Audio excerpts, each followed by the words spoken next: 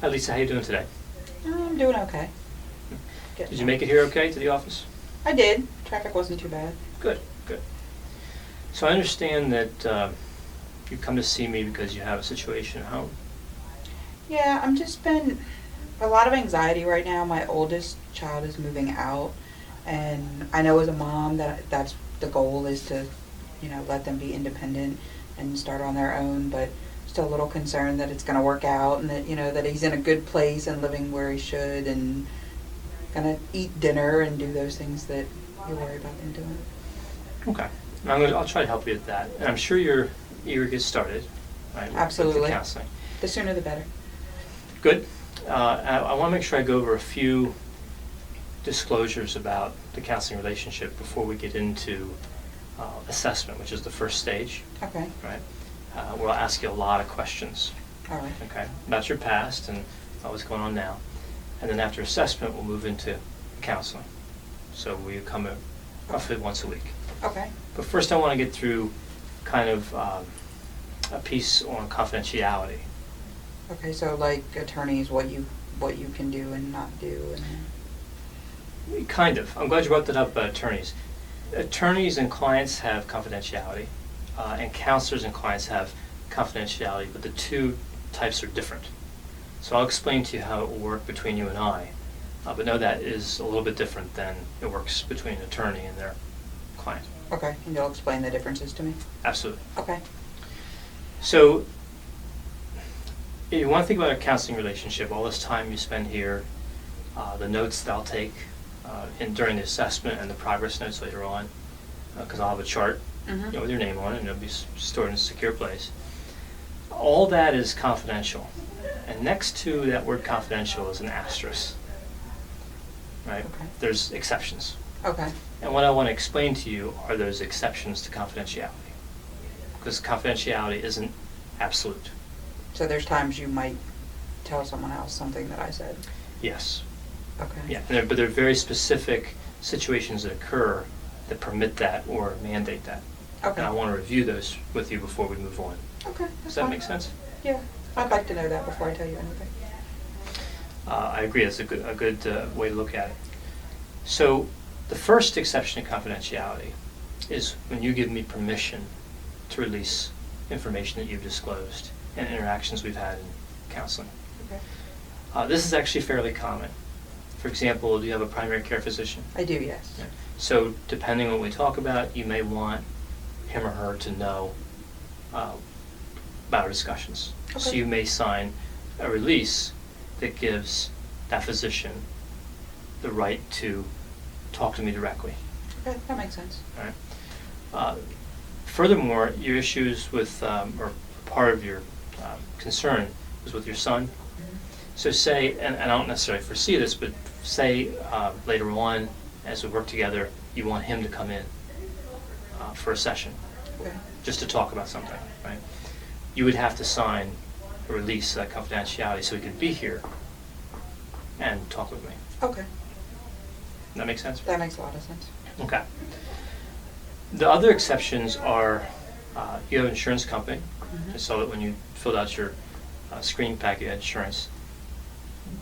Insurance companies have access to like progress notes, the assessment, anything in the chart. Okay. And they're generally responsible with this information. I don't know of any instances where they're irresponsible with it. But I just think it's important that you know that anything I write in the chart, anything in the chart itself, technically the insurance company can ask for Okay. and periodically could review. Okay. Again, I've never seen in my career any difficulty with that. But I just want to let you know that information would be transmitted off-site, so to speak. Okay. And when this agency bills, it would be transmitted, your information would be transmitted off-site to the insurance company. So it goes automatically, whatever progress notes you have automatically go to the insurance company? The progress notes don't for standard billing, but information about the type of session we had, the length of the session, any other, and some other personal information about you to identify you would go to them. Oh, So okay. they know a service was provided. Okay. But like I said, they're generally very responsible with that information. Okay. Large companies that have done this for a while. Right. They get all your medical stuff too, so they have it. They have access to a lot of Mhm. different types of data. Okay.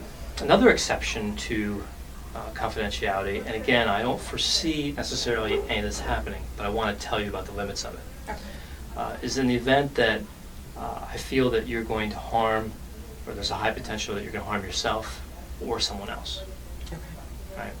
In that instance, I'm obligated to act. Now, we're going to probably talk about a lot of different elements of your life through the next however many weeks we're together. Okay. When, and if, and again, I don't predict this, you have some sort of suicidal ideation or you want to harm somebody else, in the unlikely event that happens, I would only release the information I have to release to protect you or the person that I'm worried about that you might harm. Okay. All right, so if you reveal a lot of like deep, dark secrets, and then you tell me that you want to go harm a relative of yours, right? I have a duty to warn that relative of what you plan on doing, where you are at the moment, what threats you've made, but I'm certainly not going to tell them about your deepest, darkest secrets you revealed. Okay. Okay, unless they're directly relevant to protecting them. Okay.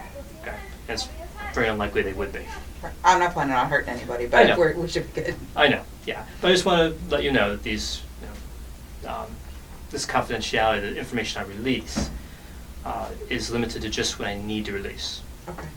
Similarly, if you have any type of suicide ideation, and I had to contact somebody to come pick you up, like law enforcement, I would only tell them what I needed to tell them for them to get you to the hospital and get you in a safe environment.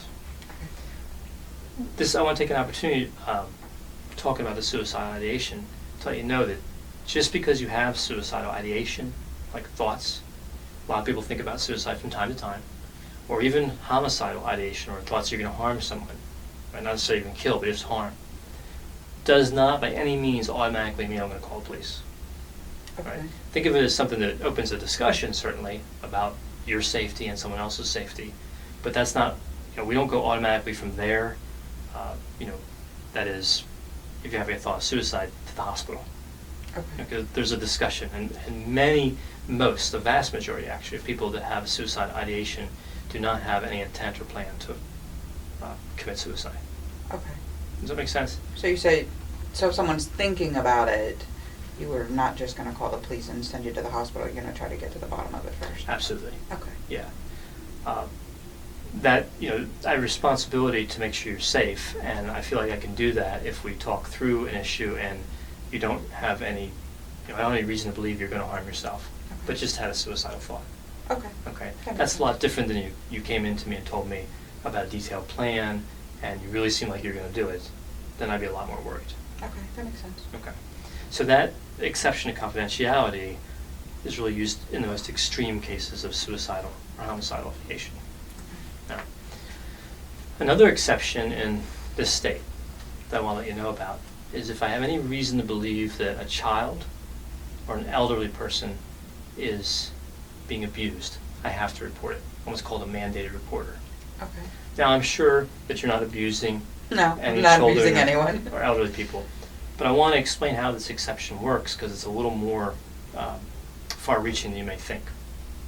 So say that you come in and you discuss with me a neighbor, right, that seemingly has nothing to do with your treatment. Like just casually mention that something's going on, and that discussion leads me to believe that your neighbor's abusing their child. I still have to report that. Okay. Even though it has really nothing to do with you directly, it's something you just told me in passing, I would have to act on it. Okay. Again, I would only release the information necessary to protect a child's safety. Okay. Does that make sense? It does, yes. So no matter how I find out about it or who it is, I have to act on that. Okay. Okay. And then the last exception I wanted to review is, again, as with many of these, very unlikely, Right. but if for some reason you're involved in any type of civil or criminal litigation and a judge orders me to testify, Okay. I have to testify. Okay. I can tell you this happens very rarely, but it can happen. And I can and will try not to disclose. I mean, I'll ask the judge to not disclose if you don't want me to. But ultimately, a judge can't order me, and I have to. Okay. So in the end, it's up to the judge. Okay, I understand that. So again, most of these pretty unlikely. Yeah. But I'd rather you have all the information going forward, so you don't have any concerns about where the information you're revealing, what we're talking about, where the information is going. Okay. Do you have any questions about that? I don't think so at all. Seems pretty clear. Okay. Well, I appreciate you sitting through that talk on confidentiality. So we're going to get started now with the assessment. Okay.